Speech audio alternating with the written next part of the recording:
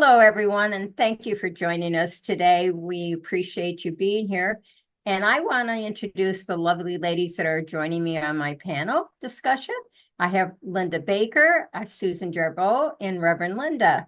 And I'm Kathy Cronin, and I will be leading our topic. But before we do that, let's take a moment to get centered, to be able to be in the present moment so that we can release the tension and stress or whatever is going on in our life. So if it helps to close your eyes, to shut out the distractions, and just take some time to take some deep breaths in, feel the body pulling in the spirit, and then release that breath. Let go of any stress, any tension, any thoughts.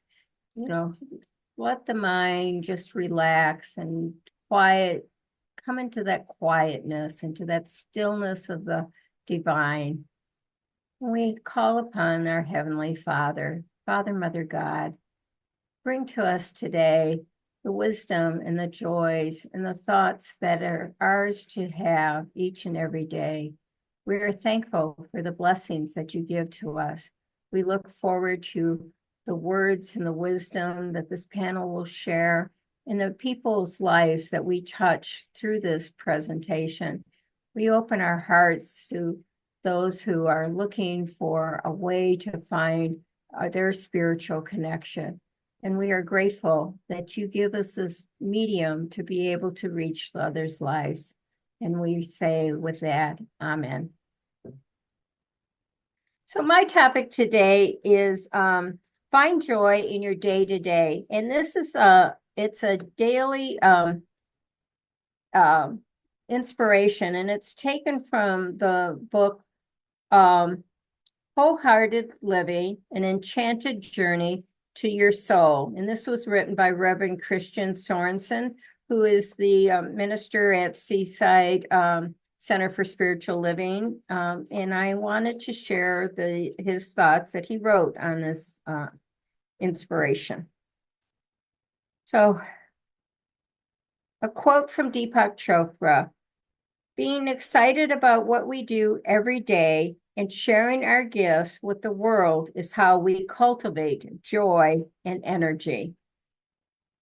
It's easy to get caught in the drudgery of daily routines, weighed down by life's stresses, and forget the journey that brought us here. Many lose sight of the excitement and passion they once had for their work, leading to a sense of heaviness and difficulty. Depression, anxiety, and loneliness are prevalent in our culture, but it doesn't have to be this way. Reigniting enthusiasm and excitement in our daily activities can rejuvenate our energy and bring joy back into our lives. Embracing a purpose-driven, enthusiastic approach to life encourages you to tap into your passions, utilize your unique talents, and contribute positively to the world around you. Cultivate an enthusiastic mindset for everything you do. Begin each day with a sense of excitement and curiosity, and let your enthusiasm shine through in all your actions and interactions. You will find that you have a much better day, and you will find joy from day to day. So with this, I want to share and open this up to the panel with this contemplation, the spiritual. So, have you lost joy in any one area in your life? And how can you embrace an enthusiastic approach to this? So use your curiosity and sense of wonder to foster more joy and energy in your experience. So who in my panel would like to respond to those contemplations?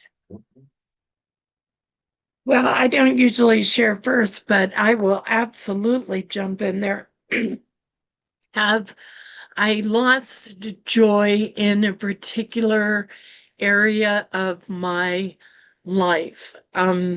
That's a really interesting question. My life has changed so much, and I have found new joy and new passion in so many areas. I would say if there was some place I would have lost joy, it would be on the hour-long commute from Ramona to Encinitas, depending on traffic. Now that I'm not in California, I know I do not have the same tolerance for traffic, and I live in the area very similar to what we're looking for at in my background.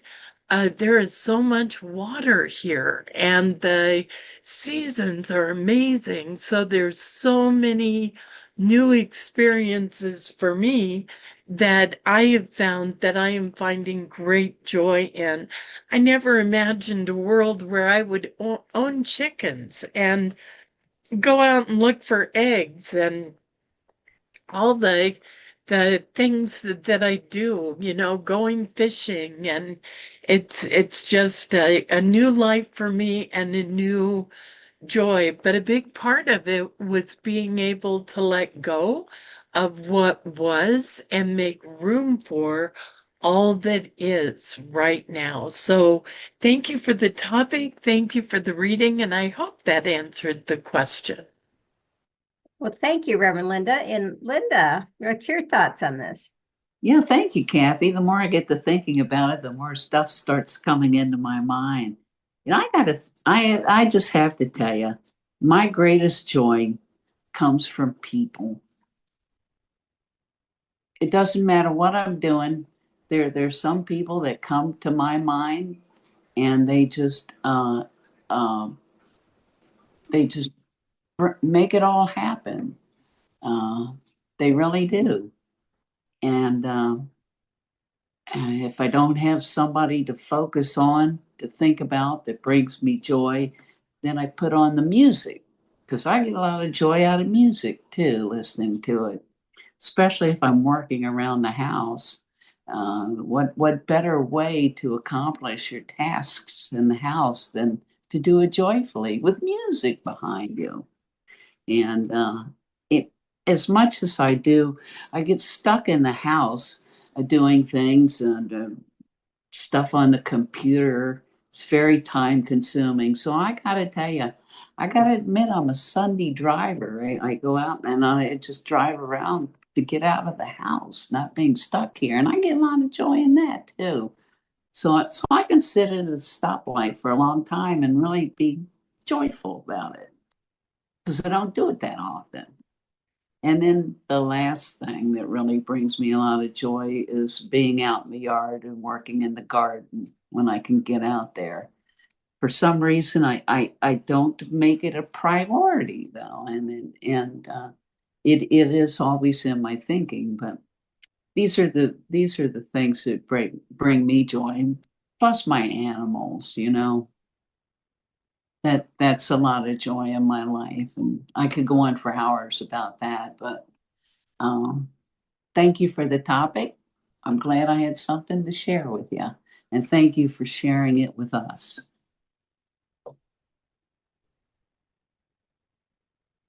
Well, thank you.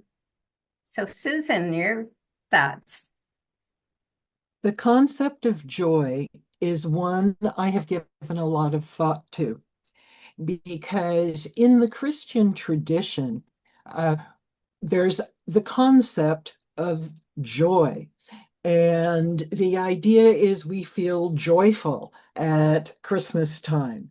And even Easter has joy associated with it. And I call those joys with a capital J. And I don't always feel those. And I've wondered, what would it be like to feel that big, big joy? And I really don't know. Other people have had that experience, and that's wonderful. What I do realize, though, is that there's also joy with a lowercase j. And these are the small joys of daily life. Linda described some of them with the garden and with animals. And I too could talk about my cat for hours. Uh, and Linda and I have shared thoughts about our pets. So I look for small joys, and they can occur in any number of ways. One is when I have a brief interaction with a stranger, like at the grocery store. You know, we're going down the aisles and we have to let each other by, and we comment on how crowded the aisles are, and we smile and move on. And there are many of those very small joys that can accumulate over the course of a day if you are alert to them. And when I get enough of those joys, and please don't ask me what I mean by enough, um, I can enter a state of happiness. And that is, you know, an ongoing condition that is not dependent on outside forces. It's just a result of what I have been and done during the day. So thank you for bringing up this concept of joy. And I'm still thinking about joy with the capital J's. And but I'm going to be even more alert to the smaller joys that occur during the day. Well, thank you, Susan, for sharing your thoughts and for the panel. And I wanted to let the panel answer this, but the first question was, have you lost joy in any one area of your life? And part of where I thought about this that came up and having sure, it's like if we all can remember when we first enter into a relationship, the joy in a new relationship, that excitement that is there, getting to know each other and to find out more and to do things together, and you can't wait to see them. And there's all that joy that you find in a new relationship, which is probably part of the reason many people end up leaving relationships, and because they want to find that joy again, they move on to another relationship for that joy and excitement of a new relationship, of getting to know each other all over again and starting, you know, things. And it's sometimes, but it says, how can you embrace an enthusiastic approach to this? So as I look at this is like I am going to be celebrating my 26 years of marriage. And over those 26 years, we know pretty much everything about each other. We've heard each other's stories, and we, you know, have things that we've done. And we've also become complacent. You know, we used to go out and play golf. We used to go out and do things when it was a new relationship. Because we just so much wanted to spend that time with each other. But now it's like we've got the home and we're just doing the same things every day. He comes home from work and I'm here. And, you know, so it's like, well, how can I embrace an enthusiastic approach to this? Now we do a lot of traveling, and that is our way of like rekindling and bringing back some of that joy and sharing that time together on this travels and meeting new people and doing that. And then afterwards is, you know, hearing these things. And we just recently spent a weekend, what my husband put together a get together with his high school buddies. And for me, it was a joy to hear the stories of his life with these guys in high school, what their life was like, and hearing these stories about it. And it was like just to watch them become teenage boys again, and just talking about it. It was sort of a joy. So it's like finding those things when you've lost joy and it's become mundane and boring, and you're just feeling it's the same old day to day. How can I bring joy into the situation? What is it that I can do to bring that spark back, to bring that, you know, enthusiasm back? It's like I can remember when we had our dog, and my husband would come from work. The dog was right there at the door, and he would like rub his backside and just, was so excited to see him and that. And since, our dog's passed away, we don't have another one right now. But it was like remembering that joy. Well, maybe I could be that one that's greeting him at the door again and welcoming him home and bringing that joy and that enthusiasm to rekindle that spark, that interest. So if there's a point in time that you're looking at a relationship that's become sort of dull and mundane, maybe there's a way to look at bringing an enthusiastic approach to it, to bring that spark back into it, to reinvent it or recreate it, or just, I remember someone sharing with me at one point in time, it was like, what was the thing that first attracted you to this person? And sort of remembering those relationships. So if you're having some place and time, whether it's your job, the excitement of getting a new job and you're excited, but now you've gotten used to it. Well, let's find the spark. Let's find an enthusiastic approach to bringing some joy into your life day to day. And I want to close with this affirmation. It says, I wake up excited for each new day. I step forward open, ready, and curious for the adventure that lies ahead. So may you find joy in your day-to-day activities and the people in your life. Then may you enkindle that joy among each other, and maybe we can get that capital J, joy.